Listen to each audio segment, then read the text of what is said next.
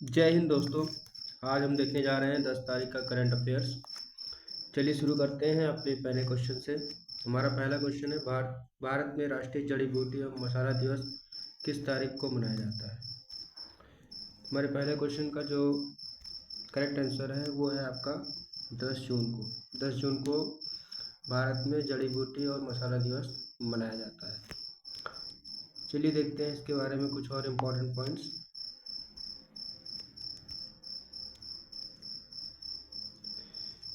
ये जो है हर साल 10 तारीख को मनाया जाता है और इसकी जो स्टार्टिंग हुई थी, शुरुआत हुई थी, वो 1999 में स्टार्ट किया गया था। इसको 1999 में इसकी स्थापना हुई थी। जैसा कि आप देख सकते हैं 1999 में इसकी स्थापना हुई थी और इसको मनाना शुरू किया गया था वर्ष 2015 से।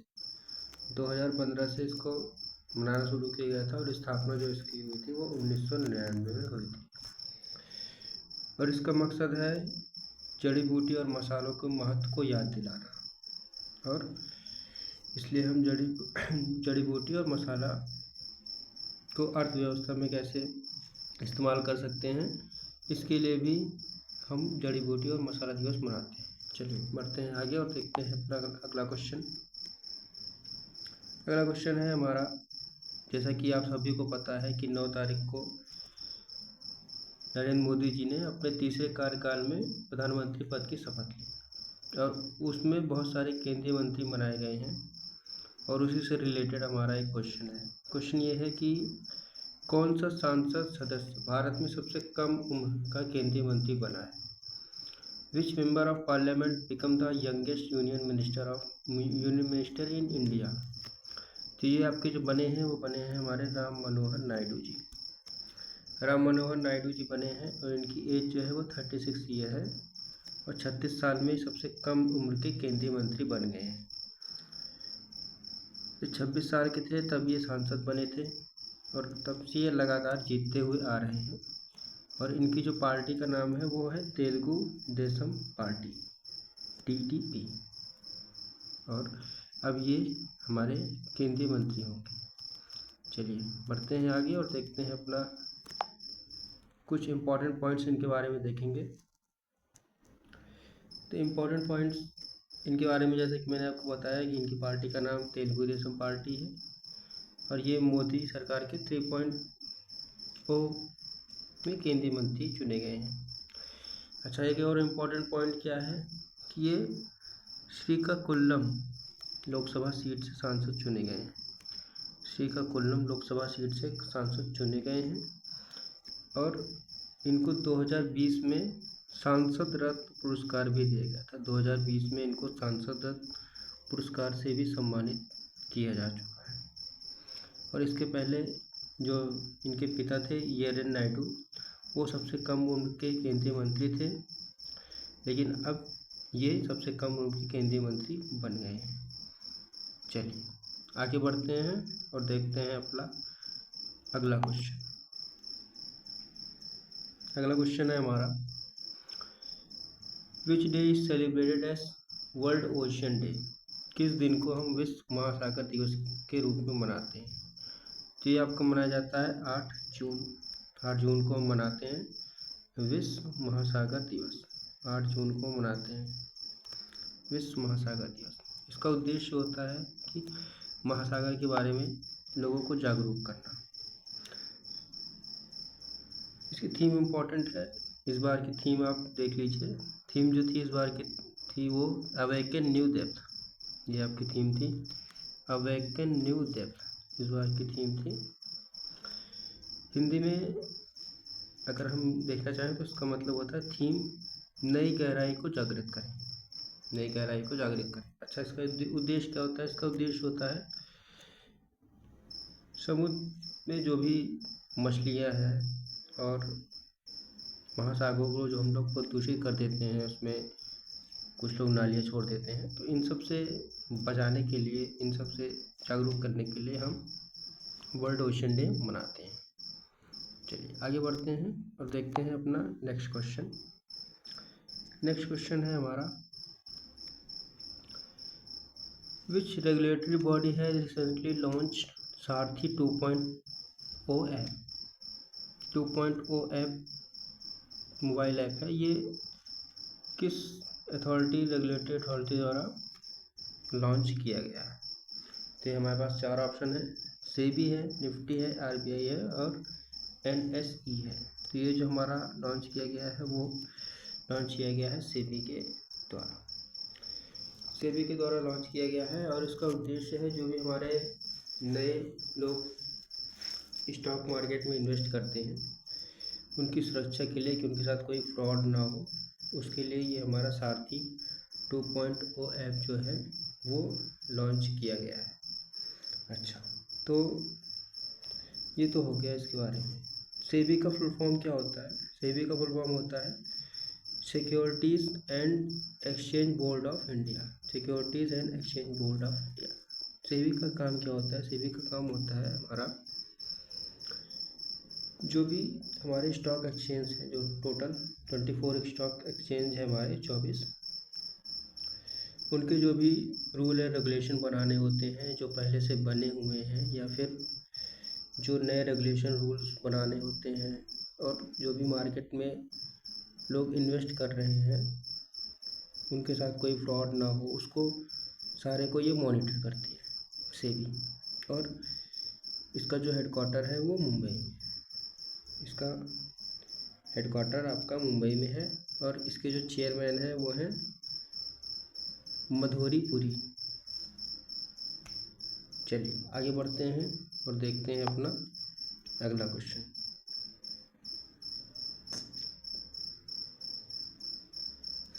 ये आपका इम्पोर्टेंट क्वेश्चन है, यूपीपी पुलिस में आ सकता है आपका क्वेश्चन ये। Who has become the first women helicopter pilot of the Indian navy? भारतीय नौसेना की पहली महिला हेलीकॉप्टर पायलट कौन बन गई है? तो ये आपकी बन गई हैं अनामिका बी राजीव। अनामिका बी राजीव आपकी जो है पहली महिला हेलीकॉप्टर पायलट बन गई हैं। भावना कंठ इनके बारे में आपको लोग जानते होंगे। भावना कंठ जो है वो आपकी MiG-21 फाइटर पायलट थी, ये एयरफोर्स से थी। MiG-21 फाइटर पायलट उड़ाती हैं ये भावना कंठ। रुचि शर्मा जो है वो आपकी पहली महिला पैराट्रूपर है और शिवांगी सिंह जो है वो फर्स्ट वुमेन जिन्होंने राफेल उड़ाया था। तो इसका ये ऑप्शन जो है वो आपका सही हो जाएगा, अनामिका बी राजीव। चलिए, जैसे कि अब पिछला क्वेश्चन था उसमें मैं आपको कुछ चीज़ बताना भूल गया था, तो मैं आपको एक बार फिर से बता देता हूँ। जैसे कि मैंने सेबी का फुल फॉर्म आपको बता दिया था, securities and exchange board of India. तो जो मैंने आपको बता दिया था, उसके बाद फिर आपका आरबीआई का फुल फॉर्म बच गया था। तो आरबीआई का फुल फॉर्म आपका होता है रिजर्व बैंक ऑफ इंडिया। और एनएसई इसका फुल फॉर्म होता है नेशनल स्टॉक एक्सचेंज। और निफ्टी NIFTY निफ्टी का फुल फॉर्म होता है national stock exchange of India. तो ये चीज़ें बच गई थी, इसलिए मैंने आपको ये दोबारा से बता दी। चलिए बढ़ते हैं आगे और देखते हैं अपना अगला क्वेश्चन। अगला क्वेश्चन है हमारा, who has been recently appointed as the CEO of PNB MetLife? हाल ही में PNB मेटलाइफ का CEO किसे नियुक्त किया गया है? तो ये आपका option number A Sameer Bansal को नियुक्त किया गया है। समीर बंसल जो है हमारे PNB मेटलाइफ के नए CEO हैं। अच्छा, तो दिनेश कुमार खारा जी ये आपके SBI के हैं। दिनेश कुमार खारा जी जो है वो SBI के हैं। संदीप बख्शी जो हैं वो ICICI के हैं, ICICI। और शशिधर जगदीशन ये हैं आपके HDFC के, ये HDFC बैंक के हैं। चलिए, ये हैं आपके समीर बंसल साहब। चलिए आगे बढ़ते हैं और देखते हैं अपना अगला क्वेश्चन। अगला क्वेश्चन है हमारा, ये इम्पोर्टेंट क्वेश्चन है, रिसेंटली न्यूज़ में भी था। तो आपका जो क्वेश्चन है वो है, मोगला बंदरगाह कहाँ पर स्थित है? Where is Mongla port located? तो मोगला पोर्ट जो है वो आपका है बांग्लादेश में लोकेटेड है, बांग्लादेश में। और ईरान में आपका एक है चाबहार पोर्ट, आपने नाम सुना होगा चाबहार पोर्ट, वो भी इंडिया के लिए बहुत इम्पोर्टेंट है। और ये जो मोगला पोर्ट है ये भी इंडिया के लिए बहुत इम्पोर्टेंट है। चलिए, अच्छा एक और इम्पोर्टेंट बात, बांग्लादेश के साथ जो है वो इंडिया अपनी सबसे लार्जेस्ट बाउंड्री जो है वो शेयर करता है, ठीक है। चलिए आगे बढ़ते हैं। और ये जो बाउंड्री है वो वर्ल्ड में 5th लार्जेस्ट है, जो भी कोई भी कंट्री किसी कंट्री के साथ शेयर करती है। चलिए आगे बढ़ते हैं और इसके बारे में कुछ और चीज़ें हम समझेंगे। तो जैसे कि आप देख सकते हैं यहाँ पे दो जो पोर्ट है, एक चट्टोगांव है, एक चट्टोगांव पोर्ट है और एक मोगला पोर्ट है। ये देखिए, ये चट्टोगांव है और ये मोगला पोर्ट है। ये दोनों पोर्ट जो है, ये दोनों पोर्ट इंडिया के लिए बहुत इम्पोर्टेंट है। और ये दोनों पोर्ट से हम जो है अपने जो नॉर्थ ईस्ट स्टेट्स हैं, जैसे ये देखिए हमारे नॉर्थ ईस्ट स्टेट्स जो भी हैं, नॉर्थ ईस्टर्न जो भी स्टेट है, वहाँ पे अगर हमें कोई भी चीज़ भेजना है शिप की सहायता से, यहाँ से शिप की सहायता से भेजना है तो हम उसको कोलकाता से यहाँ से भेज सकते हैं। और ये जो दोनों पोर्ट हैं इनकी सहायता से ये चीज़ें बहुत आसान हो जाती है। जैसे कोई भी चीज़ हमें भेजना है, कोई भी शिपमेंट करनी है, तो हम मोगला पोर्ट और चिटगांव पोर्ट, ये दोनों पोर्ट हैं, यहाँ से होते हुए हम नॉर्थ ईस्ट स्टेट में आराम से कोई भी चीज़ पहुँचा सकते हैं। चलिए, और इसके बारे में मैं थोड़ा आपको डिटेल बता देता हूँ। तो ये जो एग्रीमेंट हुआ था ये 2018 में आपका हुआ था, 2018 में हुआ था ये एग्रीमेंट। 2018 के अक्टूबर मंथ में आपका ये एग्रीमेंट किया गया था, लेकिन उसके बाद कोविड आ गया था तो ये जो है ये हो नहीं पाया। और अभी इसको जो है बांग्लादेश के जो नेशनल बोर्ड ऑफ रेवेन्यू है उन्होंने ये परमानेंट जो ट्रांजिट ऑर्डर होता है उसको पास कर दिया है, तो अब हम इसको यूज़ कर सकते हैं। चलिए आगे बढ़ते हैं और देखते हैं अपना अगला क्वेश्चन। अगला क्वेश्चन है हमारा, when world brain tumour day celebrated, विश्व ब्रेन ट्यूमर डे कब मनाया जाता है। तो आपका ये क्वेश्चन है, इसका जो आंसर है वो हो जाएगा आपका 8 तारीख।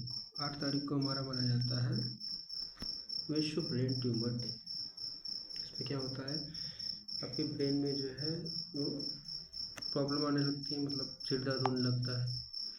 और इसके बारे में हम थोड़ा डिटेल से देख लेते हैं। ब्रेन ट्यूमर में क्या होता है, आपके दिमाग के बीच में बैलेंस बनाने में प्रॉब्लम आने लगती है, आपको सोचने समझने में भी कठिनाई होने लगती है। तो इससे बचने के लिए जो है, इससे जागरूक करने के लिए लोगों को ब्रेन ट्यूमर डे मनाया जाता है। और ये साल 2000 में जर्मन में के एक ब्रेन ट्यूमर एसोसिएशन द्वारा बहुत सारे मामले आ रहे थे, तो उसको देख के ये स्टार्ट किया गया था। और इसकी जो डेट निर्धारित की गई थी वो 8 जून को निर्धारित की गई थी। अच्छा, जो इम्पोर्टेंट चीज़ है वो इसकी थीम होती है। थीम इस बार की क्या है, ब्रेन हेल्थ एंड प्रिवेंशन। ठीक है, चलिए आगे बढ़ते हैं और देखते हैं अपना अगला क्वेश्चन। अगला क्वेश्चन है हमारा, who has one EY entrepreneur of the year award. EY entrepreneur of the year award किसने जीता। ये आपका जीता है विलियन सुब्बैया ने। और ये 4th इंडियन बन गए हैं जिनको ये अवार्ड मिला है एंटरप्रेन्योर के लिए। ठीक है, और इससे पहले उदय कोटक जी को भी मिल चुका है, किरण शाह जी को भी मिल चुका है, और नारायण मूर्ति जी को भी मिल चुका है। चलिए देखते हैं इसके बारे में कुछ और इम्पोर्टेंट पॉइंट देखेंगे। ये आपके हैं विलियन सुब्बैया जी, ये हैं विलियन सुब्बैया जी। चलिए आगे बढ़ते हैं और देखते हैं कुछ और पॉइंट्स। तो जो इनकी कंपनी का नाम है वो है Cholamandalam. Cholamandalam investment and finance company, ये इसके अध्यक्ष हैं और इसके लिए इनको यहाँ पे ये अवार्ड दिया गया है। और ये TII में भी काम करते हैं, वहाँ के उपाध्यक्ष हैं, कार्यकारी उपाध्यक्ष हैं, ट्यूब इन्वेस्टमेंट ऑफ इंडिया। चलिए आगे बढ़ते हैं और देखते हैं अपना अगला क्वेश्चन। अगला क्वेश्चन ये आज का हमारा लास्ट क्वेश्चन है और क्वेश्चन है हमारा, वो has become second most valuable company in the world. कौन सी दुनिया की दूसरी सबसे मूल्यवान कंपनी बन गई है? तो ये आपकी बन गई है आपकी एनवीडिया। पहले नंबर पे आपकी माइक्रोसॉफ्ट है, पहले नंबर पे माइक्रोसॉफ्ट है, दूसरे नंबर पे आपकी एनवीडिया बन गई है। इससे पहले ये एप्पल थी और एप्पल अब तीसरे नंबर पे आ गई है। तो आपकी एनवीडिया जो है वो सॉफ्टवेयर कंपनी है, ये ग्राफिक कार्ड बनाती है। ग्राफिक कार्ड जो होते हैं आपके, जिससे आप गेम खेलते हैं, तो वो बनाने का काम करती है। ये हमारा आज का लास्ट क्वेश्चन था। Thank you. एक बार हम पूरे क्वेश्चंस को फिर से रिवाइज कर लेते हैं जो भी आज हमने देखा। तो आपका जो पहला क्वेश्चन था, भारत में राष्ट्रीय जड़ी बूटी और मसाला दिवस किस तारीख को मनाया जाता है? तो ये आपको मनाया जाता है 10 जून को। 10 जून को मनाया जाता है। चलिए आगे बढ़ते हैं और देखते हैं अपना दूसरा क्वेश्चन। दूसरा क्वेश्चन है हमारा, हाल ही में कौन से सांसद सदस्य भारत में सबसे कम उम्र के केंद्रीय मंत्री बने? सबसे कम उम्र के बने हैं आपके राम मनोहर नायडू जी, 36 की एज में। चलिए आगे बढ़ते हैं और देखते हैं दूसरा क्वेश्चन। उसके बाद हमारा क्वेश्चन था कि विश्व महासागर दिवस कब मनाया जाता है? तो ये आपको मनाया जाता है 8 जून को। विश्व महासागर दिवस ये आपको मनाया जाता है 8 जून को। चलिए एक बार आप रिवीजन कर लीजिए, जल्दी जल्दी देख लेते हैं। ये हमारा एक क्वेश्चन है, which regulatory body has recently launch Sarathi 2.0 app. Sarathi 2.0 app किसने लॉन्च किया था? ये आपका लॉन्च किया था सेबी। चलिए सेबी का फुल फॉर्म आप लोग एक बार मुझे बताएंगे। सेबी का फुल फॉर्म होता है stock exchange board of India. चलिए आगे बढ़ते हैं और देखते हैं अगला क्वेश्चन। भारतीय नौसेना की पहली महिला पायलट कौन बन गई है? Who has become the first women helicopter pilot of Indian navy? तो आपकी बन गई है अनामिका बी राजीव। चलिए आगे बढ़ते हैं और देखते हैं अगला क्वेश्चन। हमारा रिवीजन हो रहा है। अगला क्वेश्चन है हमारा, हाल ही में PNB मेटलाइफ का CEO किसे नियुक्त किया गया है? तो ये आपको नियुक्त किया गया समीर बंसल को। चलिए आगे बढ़ते हैं और देखते हैं अगला क्वेश्चन। मोगला बंदरगाह कहाँ पे स्थित है? मोगला बंदरगाह आपका स्थित है बांग्लादेश। ऑप्शन नंबर डी आपका सही हो जाएगा। चलिए आगे बढ़ते हैं। विश्व ब्रेन ट्यूमर दिवस कब मनाया जाता है? When world brain tumour day celebrated? ये आपका मनाया जाता है 8 जून को। चलिए अच्छा, इस बार की थीम क्या थी? थीम आपकी थी ब्रेन हेल्थ एंड प्रिवेंशन। ये इम्पोर्टेंट है, एक बार आप इसको देख लीजिएगा। इस बार की जो थीम थी एक बार आप इसको देख लीजिएगा, ब्रेन हेल्थ एंड प्रिवेंशन। चलिए आगे बढ़ते हैं और देखते हैं अपना अगला question. Who has one EY entrepreneur of the year award? तो आपको मिला है विलियम सुब्बैया को और ये 4th इंडियन है। इससे पहले किनको मिल चुका है? उदय कोटक, किरण शाह और NR नारायण मूर्ति। चलिए आगे बढ़ते हैं और देखते हैं अपना अगला क्वेश्चन। अगला क्वेश्चन है हमारा लास्ट, आज का last question. Which has become the second most valuable company in the world? कौन सी दुनिया की दूसरी सबसे मूल्यवान कंपनी बन गई है? ये आपकी बन गई है एनवीडिया कंपनी। ये सॉफ्टवेयर कंपनी है। पहले नंबर पे आपका है माइक्रोसॉफ्ट, दूसरे नंबर पे आपका एप्पल, दूसरे नंबर पे एनवीडिया आ गई है। पहले एप्पल थी, अभी इसको पीछे छोड़ दिया है। अब दूसरे नंबर पे एनवीडिया आ गई है और तीसरे नंबर पे आपकी एप्पल है। Thank you. अगर आपको वीडियो अच्छा लग रहा है तो प्लीज़ आप वीडियो को लाइक करें और चैनल को सब्सक्राइब करें। Thank you. जय हिंद।